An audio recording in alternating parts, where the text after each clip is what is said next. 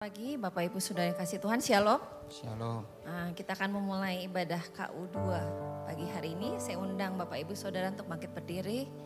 Kita akan mulai dengan doa. Mari kita berdoa. Pertolongan kita dalam ibadah minggu yang kudus ini datang dari Tuhan Allah pencipta langit, bumi dan segala isinya. Dia setia memelihara ciptaannya dan tidak pernah meninggalkan perbuatan tangannya dari selama-lamanya sampai selama-lamanya. Bapa kami dalam surga, kami ucap syukur Tuhan buat kasih setia dan penyertaan Tuhan yang tidak pernah berkesudahan dalam hidup kami. Terima kasih Tuhan kalau hari-hari kami boleh lalui bersama dengan Tuhan. Dan kami bersyukur Tuhan kalau pagi hari ini satu kali lagi kesempatan kami boleh bersama-sama beribadah di tempat ini, berkumpul untuk memuji Tuhan, menyembah Tuhan dan mendengarkan firman Tuhan. Kami berdoa Tuhan menyerahkan ibadah kami sebentar dalam tangan Tuhan. Ibadah ini adalah milik-Mu dan tentang Kau Tuhan. Dari Tuhan yang beracara dari awal hingga akhirnya, supaya kami semua yang menghadiri pagi hari ini kami boleh bersuka cita bersama-sama merayakan Tuhan di tempat ini. Kami boleh bersuka cita sama-sama memuji Tuhan, meninggikan Tuhan. Dan kami juga boleh duduk diam belajar kebenaran firman Tuhan yang boleh semakin memperkuat iman kami. Terima kasih Bapak, kami bersyukur menyerahkan ibadah kami pagi hari ini. Kami siap untuk beribadah, kami siap untuk memuji Tuhan. Terima kasih banyak Bapak, di dalam nama Tuhan Yesus kami bisa berdoa, mengucap syukur. Amin. Amin. Shalom Bapak Ibu sekalian. Ada sukacita di rumah Tuhan, yang bersukacita boleh lambaikan tangannya. Berikan kemuliaan paling dahsyat bagi Tuhan kita. Kita boleh lihat kiri kanan depan belakang kita, katakan selamat hari Minggu. Selama 11 bulan kita telah melewati tahun 2024. Siapa yang merasakan penyertaan Tuhan yang luar biasa? Boleh lambaikan tangannya. Siapa yang merasakan penyertaan Tuhan yang luar biasa di tahun ini? Dan mulut kita tidak akan berhenti untuk memuji kebesarannya. Amin. Amin. Mon. Semua tepuk tangan seperti ini, Mon.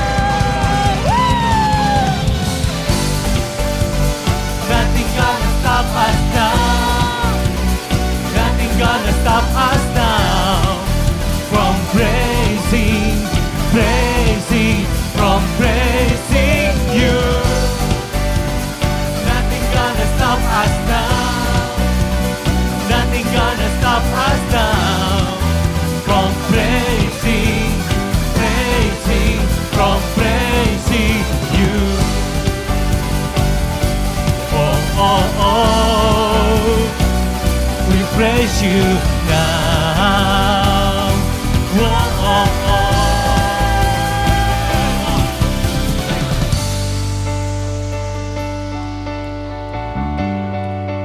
Kita katakan bersama-sama. I will sing of your love for me. In my life you're my everything. Chains are broken, my eyes are open. You're my freedom now. You have called me out from the dark. Now I'm running into your light. You changed my crying into dancing. My lips shall praise you now. Oh, oh, oh. We praise you now. Oh, oh, oh.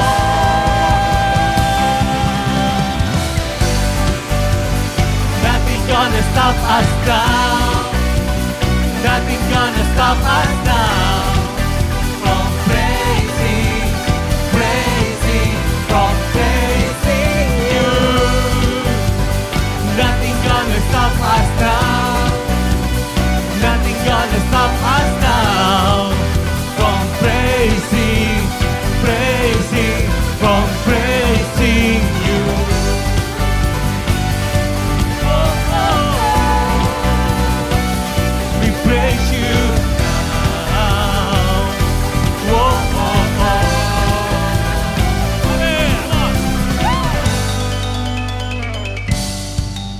tangan seperti ini, Wan.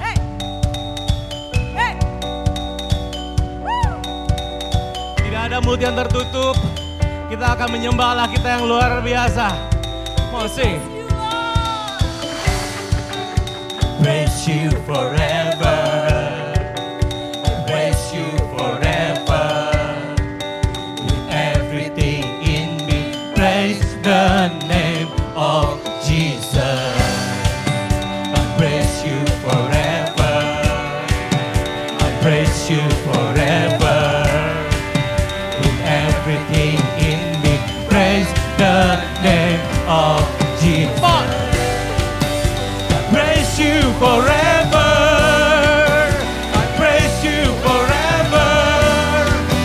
With everything in me, praise the name of Jesus. Nothing gonna stop us now. Nothing gonna stop us now. From praising, praising, from praising you. Nothing gonna stop us. Nothing gonna stop us now. Nothing gonna stop us now. Nothing gonna stop us now. From praising, praising, from praising you. Oh, oh, oh. We praise you now.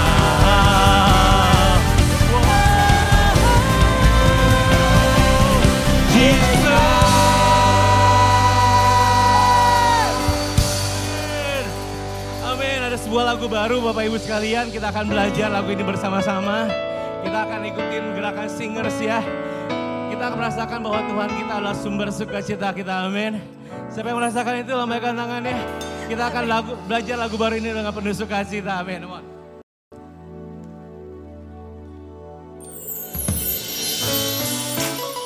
Semua ikutin gerakan kami ya.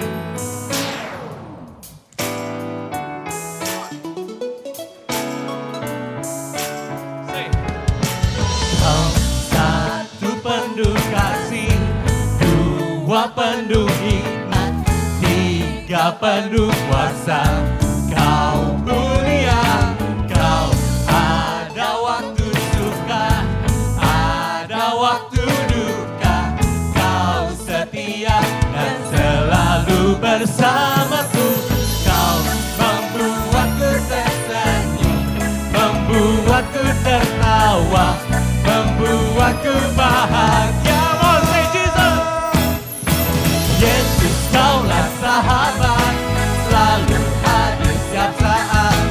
Hatiku bergembira bersama yang Yesus kanan. Kanan kiri ke depan, mari semua bergoyang. Menari bergembira, sukacitaku dalam Kristus. Amin. Kau satu penuh kasih, dua penuh hikmat, tiga penuh kuasa. Kau mulia, kau ada waktu suka, ada waktu duka. Kau setia dan selalu bersamaku. Kau membuatku tersenyum, membuatku tertawa, membuatku bahagia. Yesus, kaulah sahabat, selalu hadir setiap saat. Hatiku bergembira bersamamu Yesusku. Kanan kiri ke depan, mari semua bergoyang. Menari bergembira, sukacitaku dalam Kristus.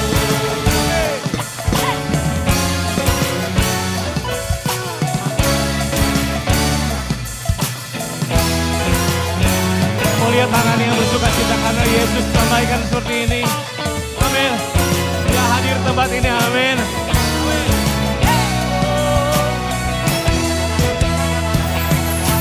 Yesus, kaulah sahabat, selalu hadir setiap saat. Hatiku bergembira bersamamu Yesusku. Kanan kiri ke depan, mari semua bergoyang.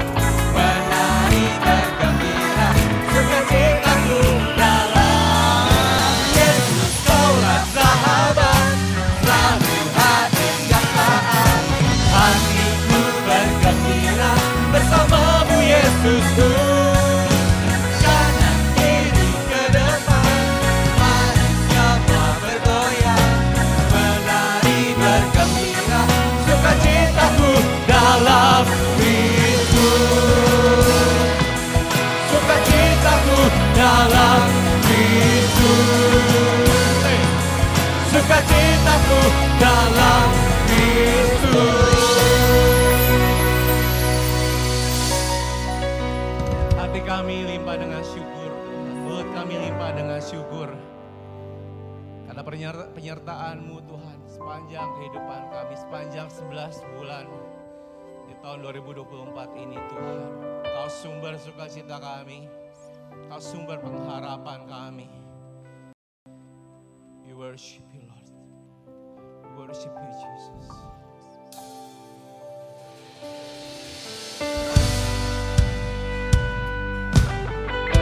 Ini kami Tuhan, ini kami anak-anak-Mu Tuhan. Kami menyatakan Tuhan banyak hal yang sudah Kau perbuat dalam kehidupan kami. Pagi hari ini Tuhan kami datang ke rumah-Mu Tuhan. Menaikkan hati kami, menaikkan tangan kami. Menyembah Allah yang luar biasa. Semua banyak yang Kau perbuat di dalam hidupku. Rancangan indahmu terjadi di hidupku. Bapa yang mengerti segala yang ku perlu. Kasih-Mu sempurna nyata dalam hidupku. Semuanya katakan. Ku bersyukur Bapa, ku bersyukur Tuhan. Buat kasih setiamu, buat kasih setiamu di dalam hidupku. bersyukur, bersyukur Bapa. Ku bersyukur Bapa, Ku bersyukur Tuhan. ku bersyukur Tuhan. Buat kasih Buat setiamu, kasih setiamu di dalam hidupku. Ku bersyukur Tuhan. berikan kemuliaan yang paling dahsyat bagi Allah kita di tempat ini.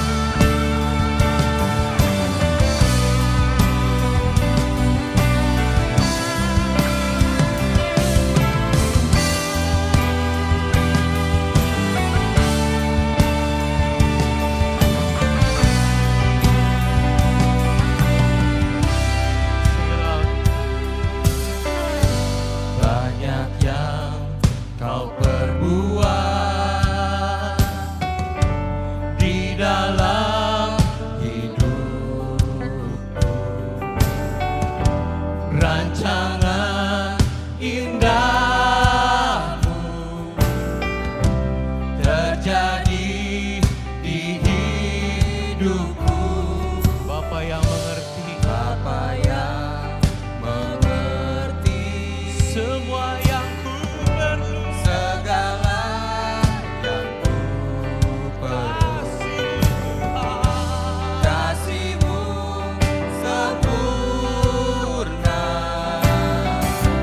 nyata dalam hidup. Angkat hatimu, angkat tanganmu, sama-sama kita katakan. Bersyukur Bapa,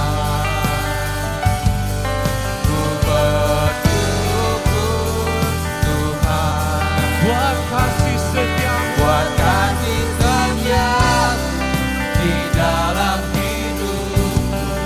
Ku bersyukur, ku bersyukur, ku bersyukur. Bapa, Ku bersyukur Tuhan. Tuhan. Buat kasih setiamu di dalam hidupku. Ku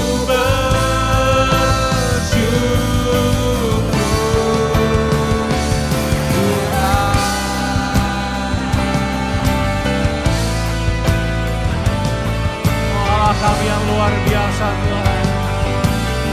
Kau yang Allah yang setia bersama dengan kami. Apapun musim kehidupan kami Tuhan, Kau tetap ada bersama-sama kami. Mau semuanya katakan dengan segenap hati kita. Tak ada lembah kelam yang tak ku lewati tanpa hadir-Mu.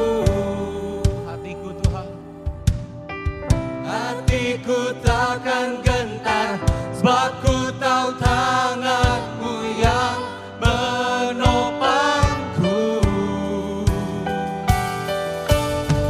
Tak ada lembah kelam yang tak ku lewati tanpa hadir-Mu.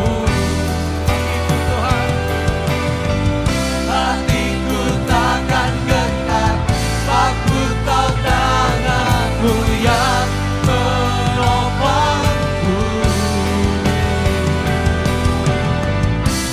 Kaulah Yesus, Kaulah Tuhan, hanya Kau ku percaya.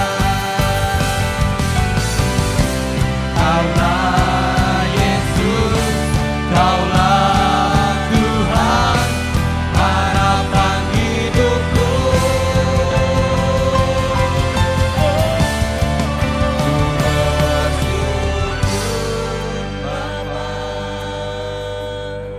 Ku bersyukur Tuhan buat kasih setiamu di dalam hidupku. Ku bersyukur, ku bersyukur, ku bersyukur. ku bersyukur Bapa. Bersyukur Tuhan, Ku bersyukur Tuhan buat kasih setiamu di dalam hidupku. Ku bersyukur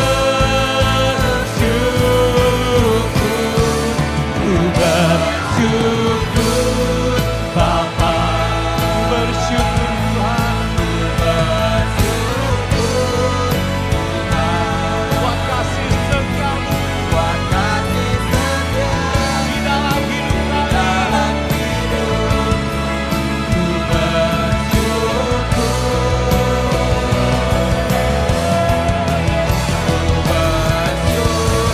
Yesus, yes.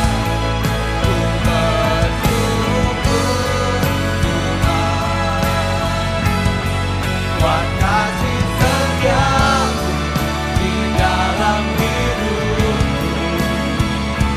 Ku bersyukur, ku bersyukur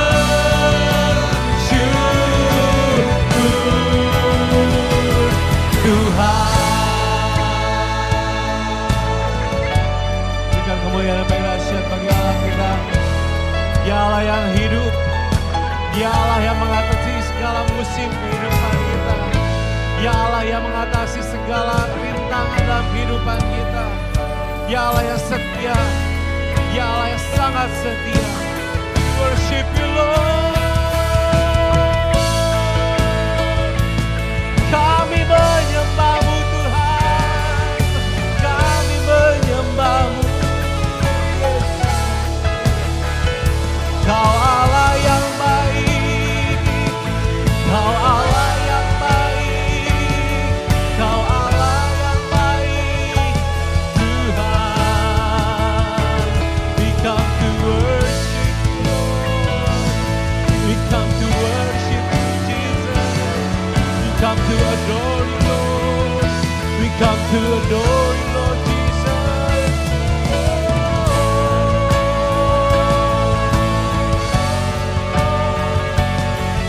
Yesus Tuhan, Yesus Tuhan, kami mengucap syukur karena kebaikan-Mu. Kami mengucap syukur karena penyertaan-Mu Yesus. Kami ada Tuhan sebagai mana kami ada hari ini. Hanya karena kebaikan-Mu Tuhan dalam kehidupan kami Tuhan. Kami mengucap syukur untuk hadir-Mu Tuhan dalam setiap musim kehidupan kami. Dalam setiap musim perjalanan hidup kami Tuhan. Ya percaya Tuhan, tak ada lembah kelam Tuhan yang tidak kami lewati tanpa hadir-Mu dalam kehidupan kami. Hanya Engkau Yesus, satu-satunya yang kami percaya dalam hidup kami. Ucap syukur untuk hari ini Tuhan, untuk tubuh yang sehat Kau berikan pada kami semua sehingga kami bisa datang ke rumah-Mu Tuhan. We worship You, we worship You. Kami berdoa Tuhan untuk sebentar kami akan memberikan persembahan, memberikan perpuluhan. Kami berdoa Tuhan untuk setiap uang Tuhan yang dikembalikan pada Engkau Tuhan. Kami mau berdoa Tuhan untuk Kau berikan hikmat bagi orang-orang yang mengelola keuangan ini sehingga sungguh bisa menjadi berkat bagi banyak orang Yesus. Kami siap Tuhan untuk memberikan dengan bersukacita, mengembalikan dengan bersukacita. Dan kami percaya Tuhan, ini persembahan kami yang terbaik yang dapat kami lakukan. Di dalam nama Tuhan Yesus, kami berdoa dan mengucap syukur. Haleluya. Amin. Silakan duduk Bapak Ibu sekalian.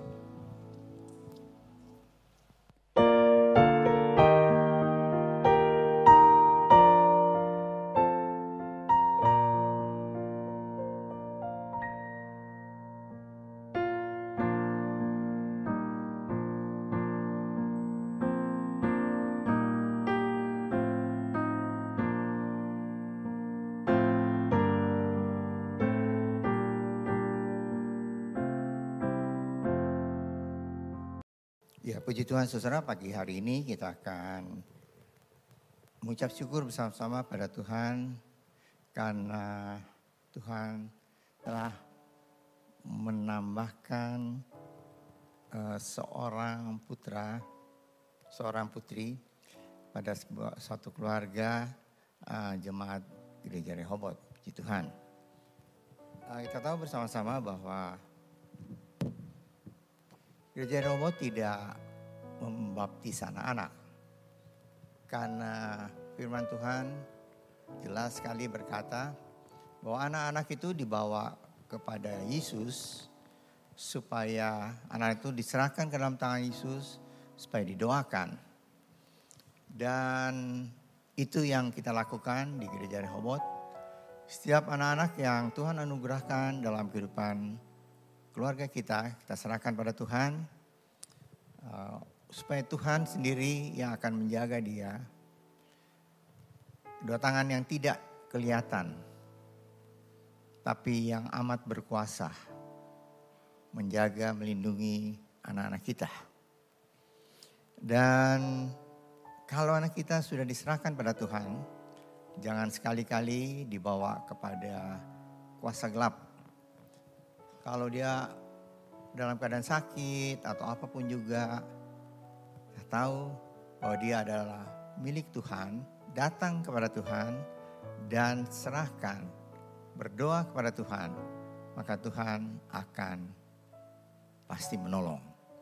Saudara-saudara, anak-anak kita yang adalah satu harga, satu milik pusaka Tuhan. Dalam Mazmur 127 ayat 1 hingga 4, di situ ditulis bahwa anak-anak yang Tuhan anugerahkan pada kita adalah orang-orang yang milik kerajaan surga, memiliki kerajaan surga. Sebab itu kita sebagai orang tua, kita harus memimpin mereka untuk percaya pada Tuhan sehingga mereka diselamatkan dan mereka boleh menjadi orang-orang hidup mereka memuliakan Tuhan. Apabila mereka sudah berusia 2 tahun lebih, saudara bisa bawa ke sekolah minggu. Sekolah minggu. Ada guru-guru yang sudah dipersiapkan oleh Tuhan sendiri untuk mengajar mereka, memperkenalkan siapa Yesus. siapa Tuhan Yesus itu. Dan mereka pun makin diteguhkan imannya. Tapi tugas utama untuk memperkenalkan Yesus melalui keteladanan dari orang tua masing-masing. Ya. Guru sekolah minggu hanya berjumpa mereka seminggu paling 2-3 jam, 4 jam. Tapi orang tua berhubungan dengan anaknya itu 24 jam sehari. Jadi setiap teladan yang kita tunjukkan itu akan diikuti oleh mereka. Sehingga anak-anak kita, mereka boleh mengenal Tuhan, mereka boleh melihat keteladanan hidup kita sebagai orang tua untuk percaya dan memuliakan Tuhan.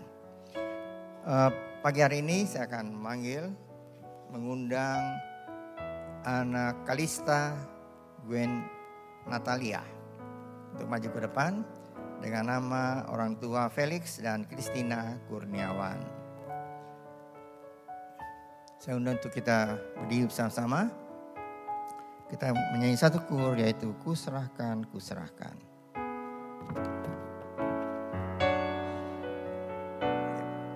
Mari saudara kita angkat tangan kita memberkati anak Kalista. Ku serahkan,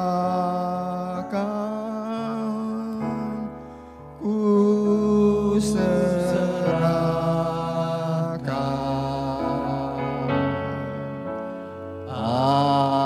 anakku pada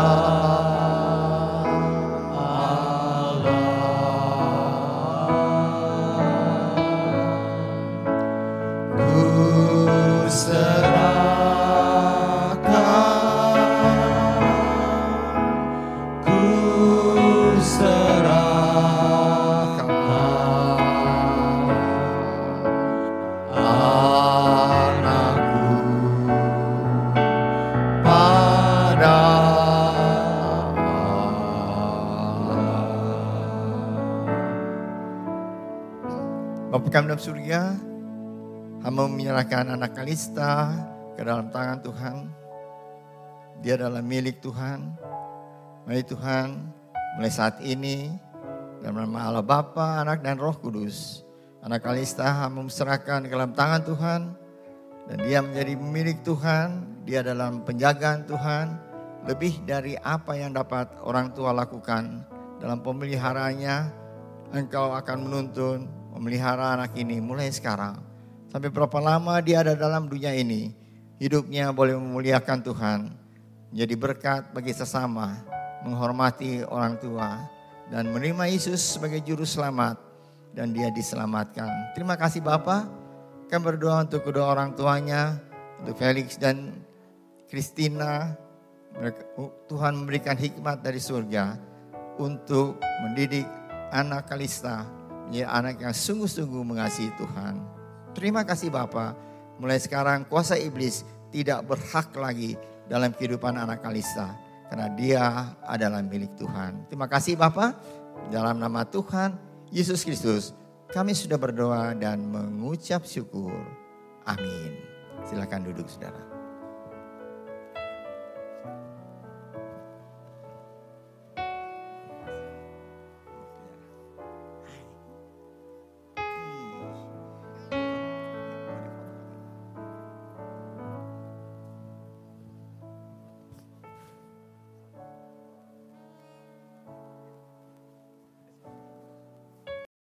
Ya, mari kita berdoa buat firman Tuhan. Bapa kami dalam surga, kami sudah memuji Tuhan, kami sudah menyembah Tuhan, kami sudah memberikan persembahan dan mengembalikan perpuluhan. Biar segala rupiah yang kami persembahkan itu boleh digunakan untuk kemuliaan bagi nama Tuhan. Berkati buat semua pengurus gereja yang mengelola keuangan ini Tuhan, supaya dana ini boleh digunakan untuk memuliakan nama Tuhan, membesarkan kerajaan Tuhan di muka bumi ini. Kami berdoa Tuhan, sebentar kami akan duduk diam untuk mendengarkan firman Tuhan. Mari Tuhan berbicara lewat hamba-Mu untuk sampaikan isi hati Tuhan kepada kami semua pagi hari ini. Dan kami mau belajar dari kebenaran firman Tuhan supaya kami boleh semakin mengenal Tuhan dengan benar. Terima kasih banyak Bapak, kami menyerahkan waktu ini dalam tangan Tuhan.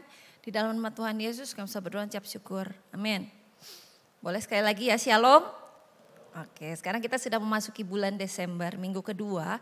Dan seperti minggu lalu sudah dijelaskan bahwa bulan Desember ini khotbah akan berkisar seputar peristiwa yang terjadi di sekitar Natal ya, atau kelahiran Kristus. Kita akan buka dulu Alkitab kita pagi hari ini akan belajar kembali satu kisah yang saya yakin semua saudara pernah mendengarnya.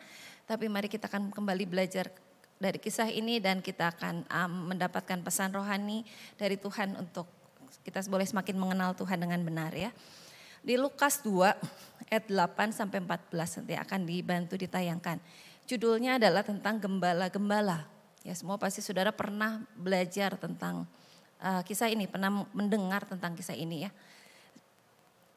Saya akan bacakan Lukas 2 ayat 8. Di daerah itu ada gembala-gembala yang tinggal di padang menjaga kawanan ternak mereka pada waktu malam. Tiba-tiba berdirilah seorang malaikat Tuhan dekat mereka dan kemuliaan Tuhan bersinar meliputi mereka dan mereka sangat ketakutan. Lalu kata malaikat itu kepada mereka, jangan takut sebab sesungguhnya aku memberitakan kepadamu kesukaan besar untuk seluruh bangsa. Hari ini telah lahir bagimu juru selamat, yaitu Kristus Tuhan di kota Daud. Dan inilah tandanya bagimu, kamu akan menjumpai seorang bayi dibungkus dengan lampin dan terbaling di dalam palungan.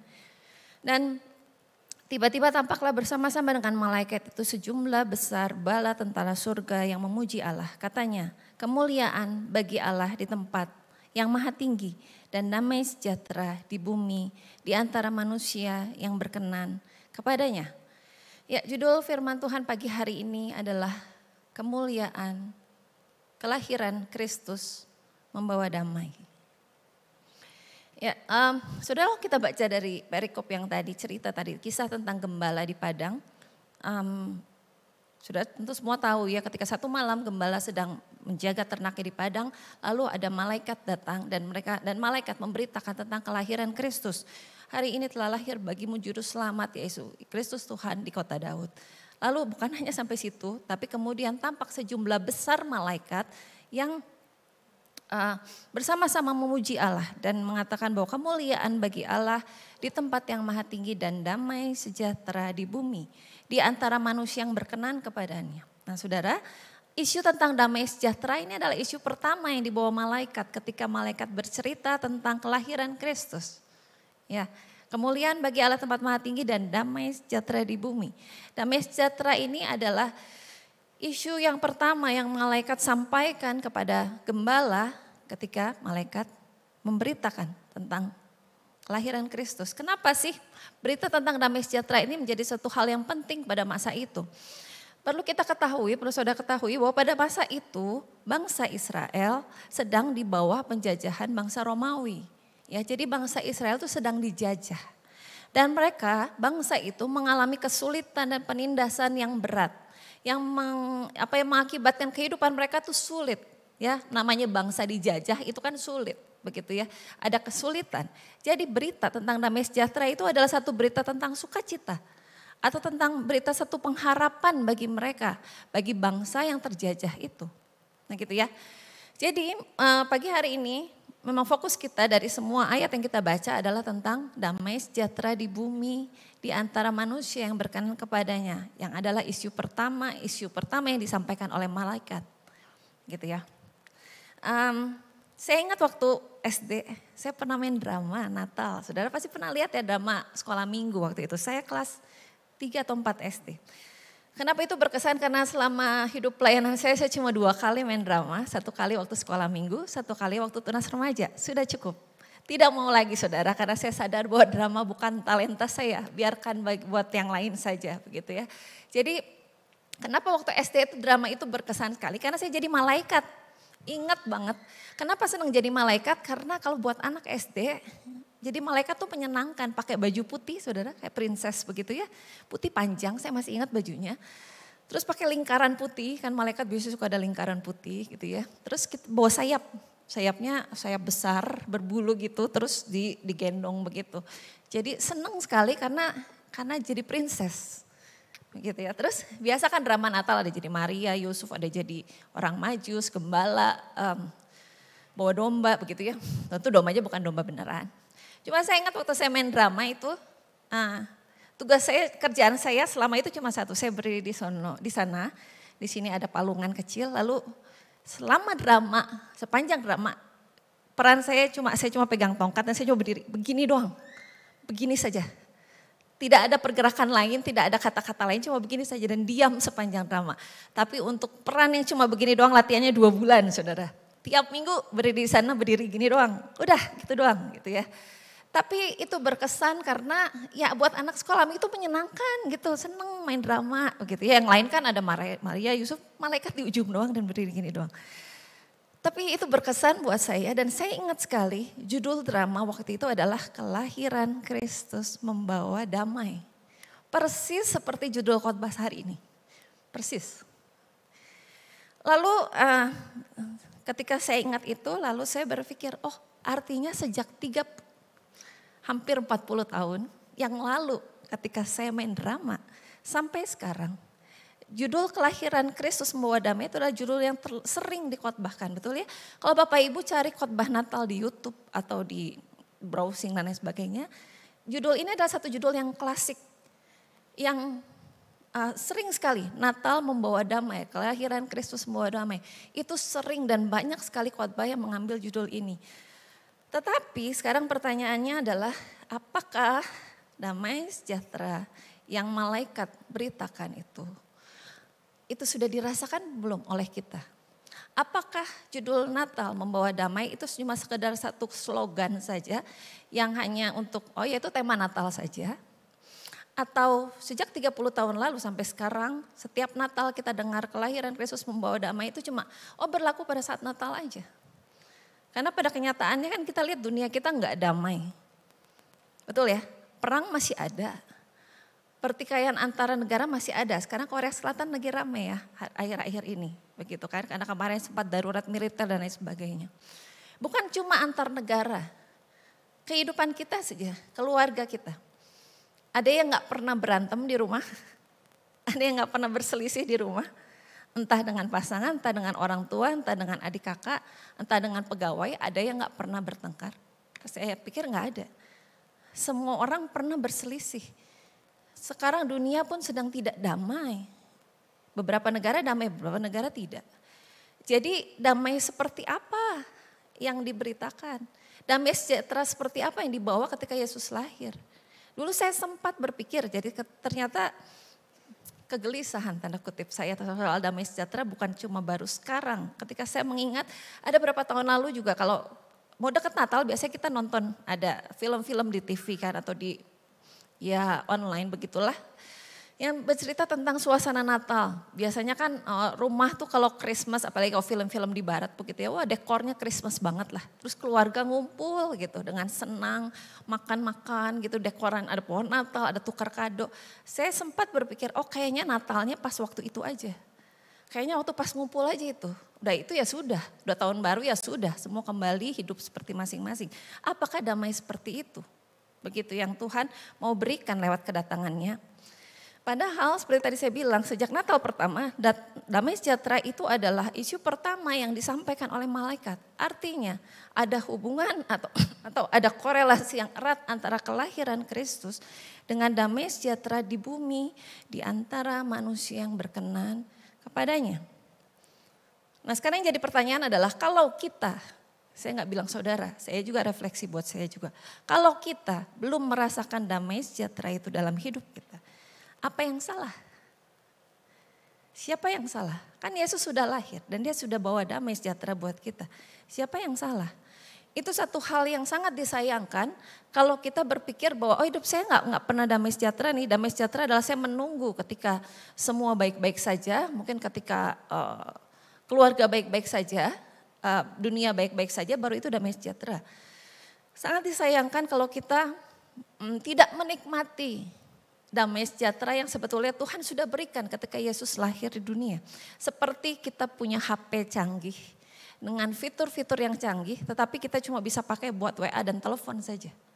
Kadang-kadang kan kalau ada HP baru, iPhone baru atau Android baru kan semua pengen beli. Oh lebih canggih. Tapi kita nggak pakai fitur-fitur yang canggih itu. Kita cuma pakai buat WA dan telepon ya itu mah pakai handphone jadul juga bisa. Sama seperti begitu kekristenan kita. Fitur utama kita ketika kita terima Kristus, kita bisa diselamatkan. Kita diangkat jadi anak Tuhan, betul. Tetapi banyak fitur lain dalam kekristenan, saudara. Banyak fitur lain. Banyak hal lain yang Tuhan sediakan selama kita masih di dunia ini.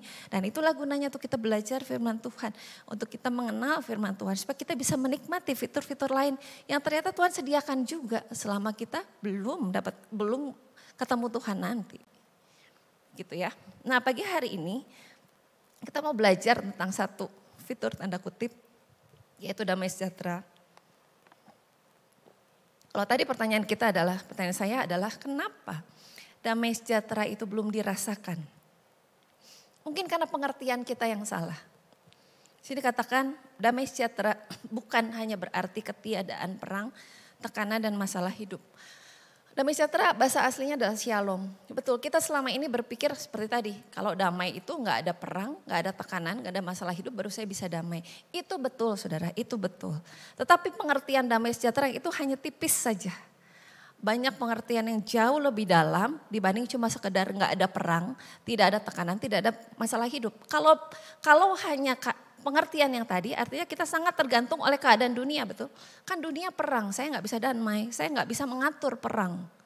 Masalah dan tekanan hidup itu semua di luar kemampuan saya. Kalau gitu saya nggak pernah bisa damai dong kalau dunianya nggak damai.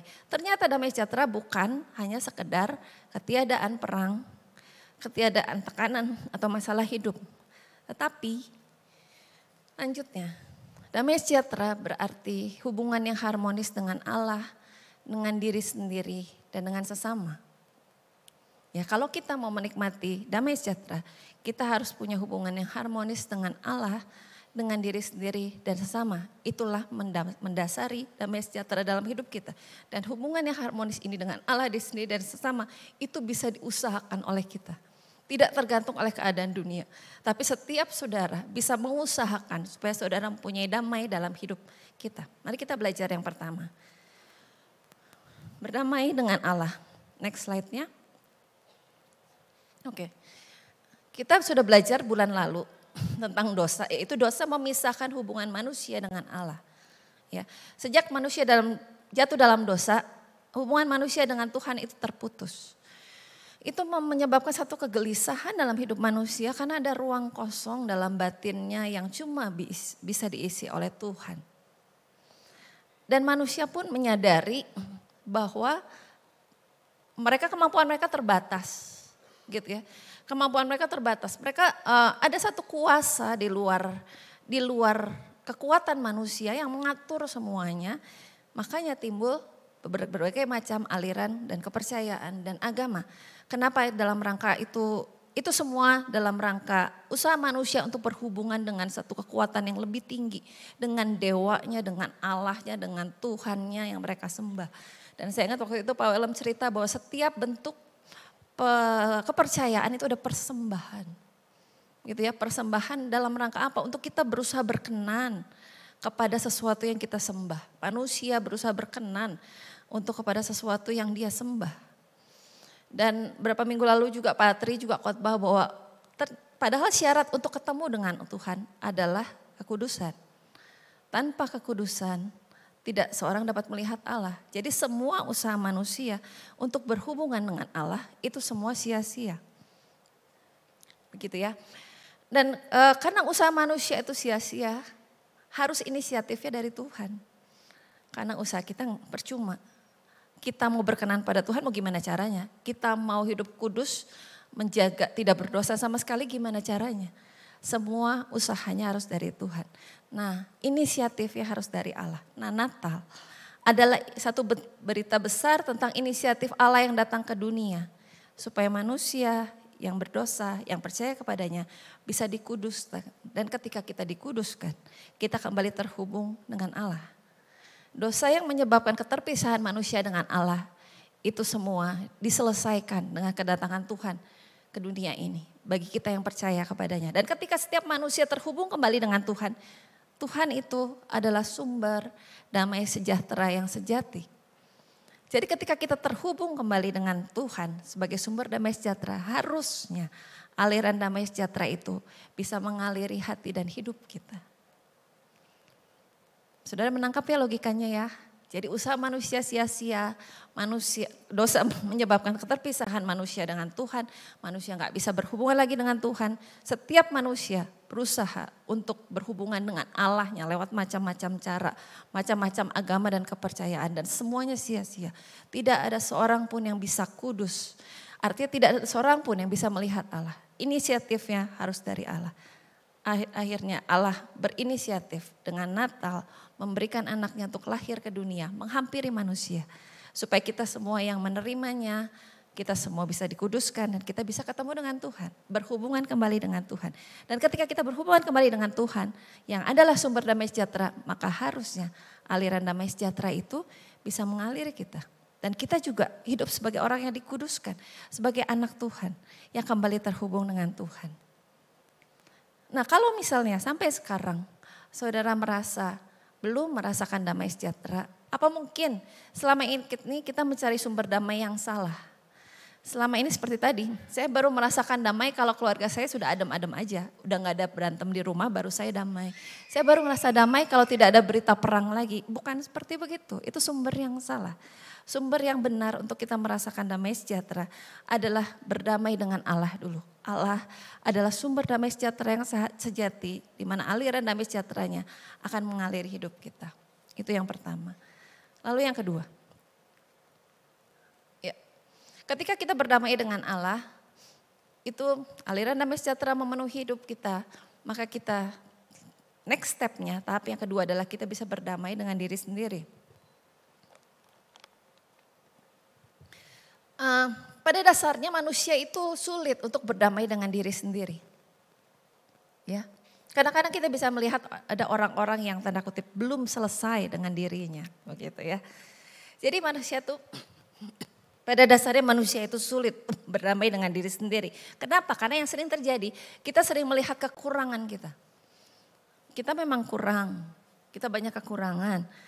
Lalu berujung pada timbulnya kecemasan akan diri kita. Bagaimana penilaian orang lain terhadap kita? Bagaimana kinerja kita? Pekerjaan saya kepake enggak? Nilai saya cukup baik enggak? Saya cukup berharga enggak buat orang lain? Saya dianggap enggak sama orang lain? Itu kecemasan. Karena orang belum berdamai dengan diri sendiri. Karena orang cuma menilai bahwa diri saya kurang, diri saya enggak bagus. Atau kebalikannya. Yang pertama tadi timbul kecemasan akan diri sendiri atau kebalikannya. Orang yang belum berdamai dengan diri sendiri, dia juga mengakibatkan timbulnya ambisi yang kejam, kebalikannya. Ambisi yang kejam yaitu orang yang berusaha untuk mempertahankan citra diri. Orang yang cari perhatian dengan gak jelas, begitu ya. Orang yang gak mau kalah sama orang lain. Orang yang perlu pengakuan yang kayaknya gak masuk akal deh gitu dari orang lain. Kenapa? Karena dia punya ambisi yang kejam, tanda kutip, untuk mempertahankan citra dirinya tetap terlihat baik sama orang lain. Sehingga semuanya itu kadang-kadang kita bisa melihat ada orang-orang yang aneh tanda kutip buat penilaian kita. Ini kayaknya dia belum beres deh sama dirinya sendiri. Dia belum berdamai dengan dirinya sendiri. Kita belum berdamai dengan diri sendiri karena kita melihat diri sendiri, menilai diri sendiri dengan salah. Kita tidak melihat diri kita sendiri seperti Allah melihat kita. Ada satu ayat di Yohanes 3 ayat 16. Yohanes 3 ayat 16 ya, maaf itu salah ketik. Yohanes 3 ayat 16, mari kita baca sama-sama ya. Yohanes 3 ayat 16, 2, 3. Karena begitu besar mati. Hafal kali ya? Oh ya, oke. Yuk, Yohanes 3 ayat 16, 2, 3. Karena begitu besar kasih Allah akan dunia ini, sehingga ia mengaruniakan anaknya yang tunggal.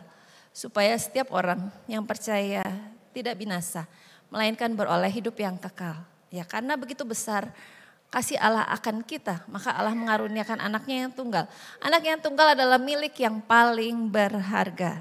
Dan kalau saudara punya milik yang berharga, saudara punya harta yang berharga, saudara akan kasih ke orang yang berharga juga. Ya kan? Kalau saudara punya harta apapun lah, coba pikirkan harta saudara apa yang paling berharga gitu ya sekarang yang saudara punya. Saudara gak akan kasih itu ke sembarang orang. Saudara, kalau saudara mau kasih itu, saudara akan kasih ke orang yang berharga juga, yang penting juga, yang berarti juga buat saudara. Nah demikian juga Tuhan. Sini katakan Allah mengaruniakan anaknya yang tunggal supaya kita tidak binasa. Anak yang tunggal itu adalah milik Allah yang paling berharga. Dan kalau Allah mau mengaruniakan itu buat kita, artinya manusia begitu berharga di mata Tuhan. Gitu ya, jadi mari kita melihat diri kita sendiri seperti Tuhan melihat bahwa kita adalah berharga. Betul kita punya kekurangan, gak ada yang sempurna.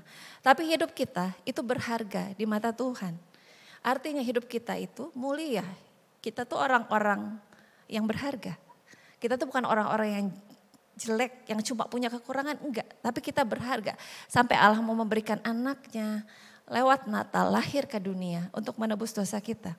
Nah, kalau kita sudah bisa menerima diri sendiri, kita sudah bisa memandang diri kita sendiri sebagai manusia yang berharga, maka kita akan melihat diri kita sendiri adalah sebagai satu ciptaan yang mulia dan yang berharga. Dan kalau sudah begitu, maka berikutnya kita akan punya kedamaian batin dan kita punya kepercayaan teguh kepada Allah. Karena kita mengenal siapa Tuhan dan siapa kita di hadapan Tuhan. Jadi enggak gelisah dengan hidupnya. Tapi punya kedamaian batin karena kepercayaan teguh bahwa kita adalah orang yang berharga di mata Tuhan. Nah masalahnya adalah ketika kita sudah menerima diri kita sendiri, kita sudah berdamai dengan diri kita sendiri, bukan berarti kita berhenti dengan kekurangan kita. Maksudnya ya sudahlah, saya memang begini, saya memang emosian lah, saya memang males lah gitu kan. Tuhan sudah menganggap saya berharga. Tuhan sudah mati buat saya. Ya udahlah saya memang penuh kekurangan. Tidak berhenti dengan keadaan kita, begitu maksudnya. Kita harus terus bertumbuh, kita harus terus berusaha untuk lebih baik lagi. Ada satu quotes yang saya baca, yang itu bagus sekali. Next slide-nya. Allah menerima saudara apa adanya, tetapi dia tidak membiarkan saudara apa adanya. Allah menerima saudara apa adanya, tapi dia tidak membiarkan saudara apa adanya. Dalam Roma, saya akan bacakan Roma 5 ayat 8. Akan tetapi Allah menunjukkan kasih-Nya kepada kita oleh karena Kristus telah mati untuk kita ketika kita masih berdosa. Artinya Tuhan menerima kita apa adanya. Waktu dia mati buat kita, dia enggak menuntut kita berubah dulu. Dia menerima kita dengan segala kekurangan dan keberdosaan kita. Dia mau mati buat kita. Tetapi tidak berhenti sampai situ. Ada ayat lanjutannya, saya bacakan. 2 Petrus 3 ayat 18. Tetapi bertumbuhlah dalam kasih karunia dan dalam pengenalan akan Tuhan dan Juru Selamat kita Yesus Kristus. Bukan cuma berhenti pada saat kita terima Tuhan. Tetapi bertumbuh dalam pengenalan, dalam kasih karunia, pengenalan akan Tuhan. Gitu ya. Jadi Allah menerima kita apa adanya, tapi jangan berhenti. Dia tidak membiarkan saudara apa adanya. Tuhan mau kita bertumbuh, semakin dewasa, mengenal Tuhan dengan benar. Ketika kita mengenal Tuhan dengan benar, maka kita akan bisa mengenal diri kita dengan benar juga, dengan baik juga. Ketika kita mengenal diri kita dengan baik, maka kita bisa berdamai juga dengan diri sendiri. Dengan satu kedamaian batin, dengan satu keyakinan yang teguh bahwa Allah mengasihi dan menerima kita. Itu yang kedua. Dan yang ketiga, berdamai dengan orang lain. Sejak zaman manusia pertama itu bumi sudah penuh dengan perselisihan. Ketika Adam dan Hawa makan buah terlarang, Tuhan tanya sama Adam, dia langsung tunjuk Hawa. Dia langsung salahin Hawa, dia sih yang makan duluan. Ketika Tuhan tanya sama Hawa, Hawa nyalahin ular. Ular sih yang bujuk saya, nah seperti begitu. Belum lagi anak-anaknya, Kain membunuh Habil. Jadi sejak zaman manusia pertama, orang tuh gak mau disalahin. Orang tuh mau menang sendiri. Mereka selalu merasa dirinya benar. Mereka gak mau kalah sama orang lain. Mereka iri dengan orang lain. Itu ada sejak manusia pertama. Dan itu gak selesai sampai sekarang. Manusia terus tidak mau salah. Manusia terus mau membenarkan dirinya sendiri. Manusia terus iri dengan orang lain. Gak mau kalah. Itu sejak manusia pertama. Karena memang kita jatuh dalam dosa. Nah bukan cuma perselisihan antar manusia. Tapi perselisihan dalam jemaat juga. Kalau saudara melihat atau mendengar atau merasakan mungkin dalam satu jemaat Tuhan juga ada perselisihan. Itu bukan cuma baru sekarang saudara.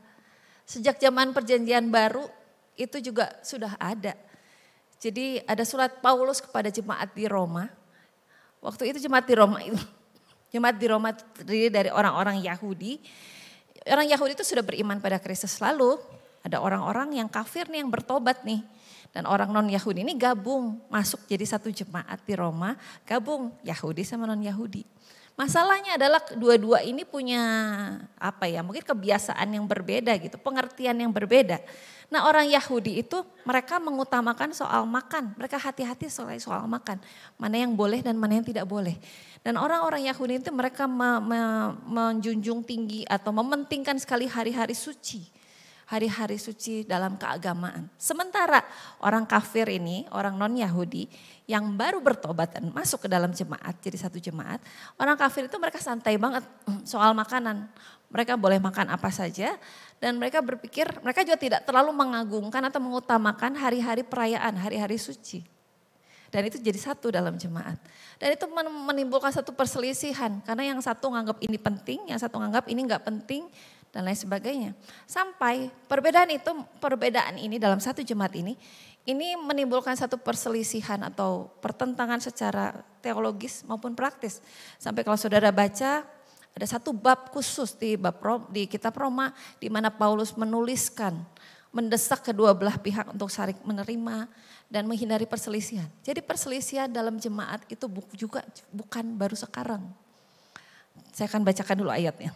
Roma 14 ayat 1 sampai 3. Saya bacakan ya. Ini cerita tentang yang tadi nih, ayat tentang yang tadi. Terimalah orang yang lemah imannya tanpa mempercakapkan pendapatnya.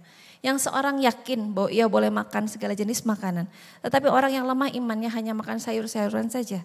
Siapa yang makan, janganlah menghina orang yang tidak makan. Dan siapa yang tidak makan, janganlah menghakimi orang yang makan. Sebab Allah telah menerima orang itu. Ini perikop atau ini ayat yang Paulus tulis untuk pada tadi jemaat yang berselisih soal makan dan tidak makan. Di sini katakan jangan mempertentangkan, jangan mempercakapkan karena Allah telah menerima orang itu. Jadi segala perbedaan kita menimbulkan perselisihan di antara manusia, di dalam jemaat, di dalam keluarga, di dalam hidup kita. Tadi katakan bahwa Allah telah menerima orang yang berbeda dengan kita. Kalau Allah juga terima orang lain, kita juga harus terima orang lain juga sebagai orang yang dikasihi Allah. Slide berikutnya. Kunci utama untuk berdamai dengan orang lain adalah sikap saling menerima. Itu mulai dari segala sesuatunya. Ya. Bagaimana kita bisa berdamai dengan orang lain dimulai dari sikap saling menerima. Bahwa dia berbeda dengan saya. Saya punya kelemahan, dia punya kelemahan. Tetapi Allah sudah menerima orang itu. Seperti Allah juga menerima saya. Oleh karena itu saya juga harus belajar untuk berdamai juga dengan orang lain. Menerima orang lain. Ini adalah kunci utama untuk kita bisa berdamai dengan orang lain. Lalu ayat berikutnya. Ada Roma 14 ayat 19 yang mengatakan, sebab itu marilah kita mengejar apa yang mendatangkan damai sejahtera dan yang berguna untuk saling membangun. Orang akan bisa berdamai dengan orang lain kalau dia sudah berdamai dengan dirinya sendiri. Kalau dia masih riweuh, masih sibuk dengan dirinya sendiri, dengan hidupnya, boro-boro dia bisa berdamai dengan orang lain. Jadi orang bisa berdamai dengan orang lain, dia harus berdamai dulu dengan dirinya sendiri. Orang bisa berdamai dengan dirinya sendiri kalau dia sudah berdamai dengan Allah. Kalau orang bisa berdamai dengan Allah hanya karena inisiatif Allah yang datang ke dunia untuk menghampiri kita. Karena semua usaha manusia itu sia-sia. Jadi urutannya seperti begitu saudara ya. Next ya. Jadi kesimpulannya adalah Natal itu adalah inisiatif Allah untuk turun ke dunia. Menghampiri manusia. Karena usaha manusia untuk menghampiri Allah itu sia-sia. Dan ketika Natal Allah datang ke dunia membawa damai sejahtera. Yang jadi isu pertama yang malaikat sampaikan. Ketika kita semua terhubung kembali dengan Tuhan. Orang yang berkenan kepadanya terhubung kembali dengan Tuhan. Allah sebagai sumber damai sejahtera. Aliran damai sejahteranya harus mengaliri hidup kita. Karena kita sudah berdamai dengan Allah. Hidup kita penuh dengan damai sejahtera. Ketika kita sudah berdamai dengan Allah, kita bisa berdamai dengan diri sendiri. Melihat diri kita sebagai orang ciptaan yang berharga dan yang mulia yang dikasihi Allah. Tentu tidak berhenti pada keadaan kita, tapi kita harus terus mengenal Tuhan, bertumbuh dalam pengenalan yang benar akan Tuhan. Dan ketika kita sudah bisa berdamai dengan hidup sendiri, dengan diri sendiri, kita punya keteguhan iman, kita punya kedamaian batin kita punya keteguhan iman kita kepada Tuhan, kepercayaan pada Tuhan yang teguh, kita bisa berdamai dengan orang lain. Karena Allah juga menerima orang lain, kita juga bisa menerima orang lain sebagaimana Allah menerima dia dengan segala kekurangannya, dengan segala kelebihannya. Itu yang membuat hidup kita damai. Itu yang membuat hidup kita damai. Terakhir saya mau bacakan satu ayat Yohanes 14 ayat 27. Damai sejahtera ku tinggalkan bagimu. Damai sejahtera ku berikan kepadamu. Apa yang ku berikan tidak seperti yang diberikan dunia kepadamu. Janganlah gelisah dan gentar hatimu. Buat saudara yang masih merasakan gelisah dan gentar, mari kembali kepada Tuhan. Sumber damai sejahtera kita bukan dunia. Gak pernah damai lihat dunia, akan selalu gelisah, akan selalu gentar, takut gitu. Tapi kalau sumber damai sejahtera kita adalah Allah, dia adalah sumber damai sejahtera yang sejati. Jadi pesan Natal di minggu kedua Desember ini adalah Tuhan memberikan damai sejahtera di bumi di antara manusia yang berkenan kepadanya. Tidak bisa mengharapkan dunia, tapi mari saya berharap lewat setelah minggu ini kalau kita baca atau dengar bahwa kelahiran Kristus membawa damai itu bukan cuma sekedar slogan saja. Tetapi benar-benar kita bisa memaknai bahwa ketika Yesus lahir dunia, kita punya damai sejahtera dengan Allah, dengan diri sendiri, dan dengan sesama. Amin, mari kita berdoa. Bapa kami dalam surga, kami bersyukur Tuhan buat pagi hari ini. Terima kasih buat firman Tuhan yang sudah mengingatkan kami kembali bahwa kelahiran Kristus ketika Engkau datang itu membawa damai sejahtera buat kami. Kami bersyukur Tuhan ketika kami menerima Tuhan, ketika hidup kami berkenan kepada Tuhan. Maka kami kembali terhubung dengan Allah. Allah sebagai sumber damai sejahtera.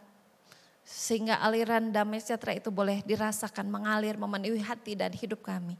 Kami tidak bisa berharap pada dunia Tuhan, karena dunia selalu berubah. Tapi kami berharap berpegang pada Allah yang tidak pernah berubah. Allah yang tetap setia, Allah yang tetap mengasihi kami Tuhan dari sekarang sampai selama-lamanya. Biar damai sejahtera yang sudah kami rasakan itu Tuhan boleh membuat kami boleh berdamai dengan diri kami sendiri. Kami punya kedamaian batin, kami punya keyakinan yang teguh kepada Tuhan. Allah yang sudah menerima kami, Allah yang sudah mati buat kami, Allah yang sudah datang ke dunia buat kami. Dan damai sejahtera yang sudah kami rasakan, kami juga boleh alirkan, bagikan kepada setiap orang yang kami temui. Sehingga kami juga boleh berdamai dengan orang lain. Karena kami tahu bahwa Tuhan juga mengasihi orang lain. Tuhan juga datang pada orang lain Tuhan. Untuk orang-orang sekitar kami. Seperti Tuhan juga datang dan mati buat kami. Terima kasih Bapak, biar damai sejahtera Allah itu tetap ada bertata dalam hati kami, dalam hidup kami. Sehingga kami boleh sungguh merasakan hidup yang penuh damai. Bukan karena dunia Tuhan, tapi karena Tuhan. Kami penuh damai, kami punya kepercayaan hati yang teguh kepada Tuhan.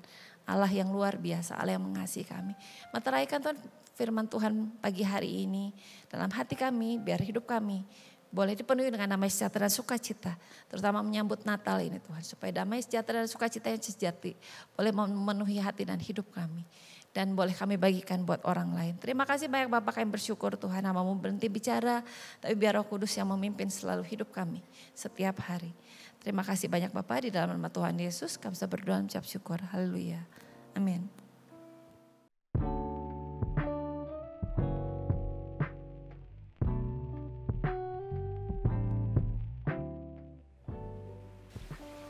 Aduh, mau merayakan malam Natal, lebih bagus pakai baju ini atau pakai baju baru. Kalau pakai baju baru nanti jadi kotor. Besok ke gereja nggak bisa pakai baju baru. Ya sudahlah, pakai ini aja. Simple better. Lagian juga merayakan Natalnya sama keluarga. Loh, kok kamu pakai baju ini sih? Kamu mau merayakan Natal atau mau tidur? Nah, kan nggak apa-apa. Kita juga merayakan Natal di rumah bersama keluarga. Nih, mana ada orang yang mau merayakan malam Natal pakai baju hitam, busuk, kucel lagi. Ya, biasanya kalau mau merayakan malam Natal tuh pakai baju yang identik dengan warna merah, putih, hijau, atau misalnya pink gitu. Bukan yang kayak gini. Gimana? Nah, nggak apa-apa dong. Yang penting kan momennya sih, momennya waktu yang kita habiskan bersama keluarga. Alah, bilang aja males. Kita tuh harus tampil all out dong, nggak? Lihat nih, kayak Cici. Bagus kan bajunya? Baru dibeliin mama kemarin. Kalau saya pakai baju baru hari ini, nanti jadi kotor. Besok ke gereja nggak ada baju baru yang dipakai. Baju kamu kan nggak cuma satu. Udah, bagian juga ini untuk sama cucian dan mama. Dari sana nanti liburan mau bisa bersama kita. Alasan terus. Kan, Cici, turun. Ya, Ma. Ya udah, ingat ya besok jangan pakai baju yang kayak gini, pakai yang bagus ke gerejanya. Iya, bakal. Udah yuk, cepet nanti kenal sama mama.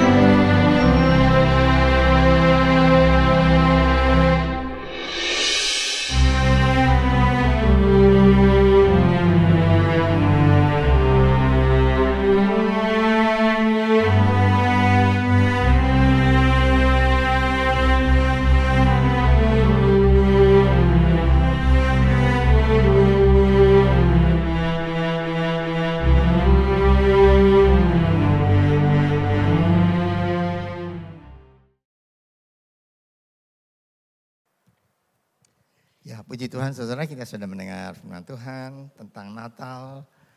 Apa artinya damai, sejahtera yang Tuhan berikan untuk kita semua. Puji Tuhan. Saudara, untuk setelah kita melihat pengumuman-pengumuman yang ada di screen, di layar, tentu itu semua mengajak pada kita untuk mendoakan ya. Supaya perayaan Natal, kebaktian Natal dan kebaktian akhir tahun, kebaktian tanggal 1 Januari, perjamuan kudus, ucapan syukur, itu bisa terlaksana dengan berkat Tuhan. Ya. Untuk minggu ini, besok itu ada perayaan Natal sekolah, TK SD. Besok. Hari Rabu ada kebaktian Natal lansia.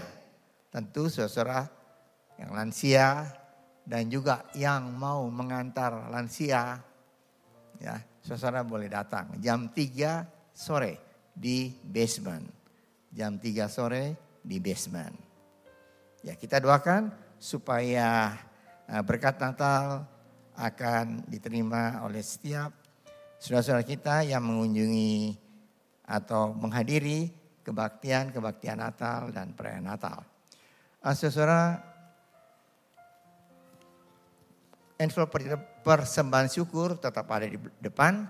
Bagi saudara yang sudah mengambil, bagi saudara yang sudah berdoa untuk itu, bagi saudara yang sudah memberikan persembahan syukur saudara pada Tuhan, itu semua tentu Tuhan yang tahu. Dan Tuhan akan memberkati kita dengan berkat-Nya yang berlimpah. Puji Tuhan, mari saudara kita akan tutup pada kita pada pagi hari ini dengan doa. Saya undang untuk kita berdiri bersama-sama, kita akan masuk dalam doa. Mari kita berdoa. Bapa kami dalam surga, terima kasih Tuhan untuk berkat Tuhan bagi kami semua. Terima kasih Kau sudah memimpin kebaktian ini dari awal yang selesai dengan berkat Tuhan. Kami sudah memuji Tuhan, menyembah Tuhan. Kami sudah mendengar firman Tuhan. Terima kasih Tuhan. Kiranya damai sejahtera yang Tuhan berikan pada kami semua. Itu bukan hanya satu semboyan yang sering didengungkan pada acara-acara Natal atau pada seluruh bulan Desember.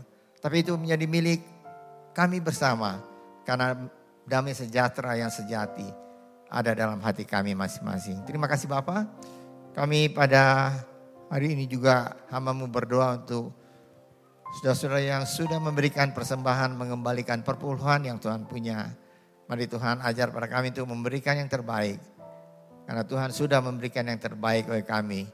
Yaitu keselamatan dan hidup yang kekal. Dan juga persembahan syukur yang kami sudah berikan, kami akan berikan. Mari Tuhan, Engkau juga berkati supaya apa yang kami berikan merupakan ekspresi kami, ucapan syukur kami. Karena Tuhan sudah memimpin hidup kami semua, memberkati kami sampai saat ini dengan amat berlimpah. Terima kasih Bapa. Kami berdoa Tuhan untuk kebaktian lansia pada hari Rabu yang akan datang.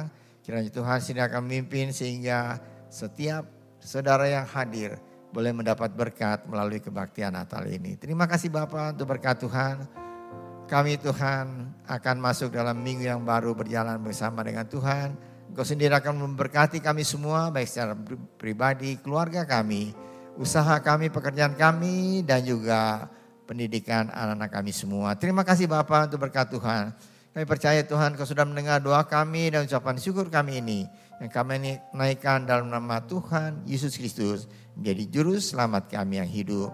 Saudara yang dikasihi oleh Tuhan, angkatlah tangan saudara untuk menerima berkat Allah. Arahkan hati saudara kepada Tuhan dan hadirat-Nya. Maka berkat Allah memenuhi hidup saudara. Amin. Berkat Allah memenuhi keluarga saudara. Amin. Berkat Allah memenuhi kesehatan saudara. Amin. Berkat Allah memenuhi pekerjaan saudara. Amin. Dan jadilah berkat dimanapun saudara berada. Amin. Dan saudara terimalah berkat dari Allah Bapa, kasih karunia dan damai sejahtera dari Tuhan Yesus Kristus dan persekutuan Allah Roh Kudus menyertai saudara sekalian mulai hari ini sehingga Maranatha, Tuhan Yesus datang kembali. Amin.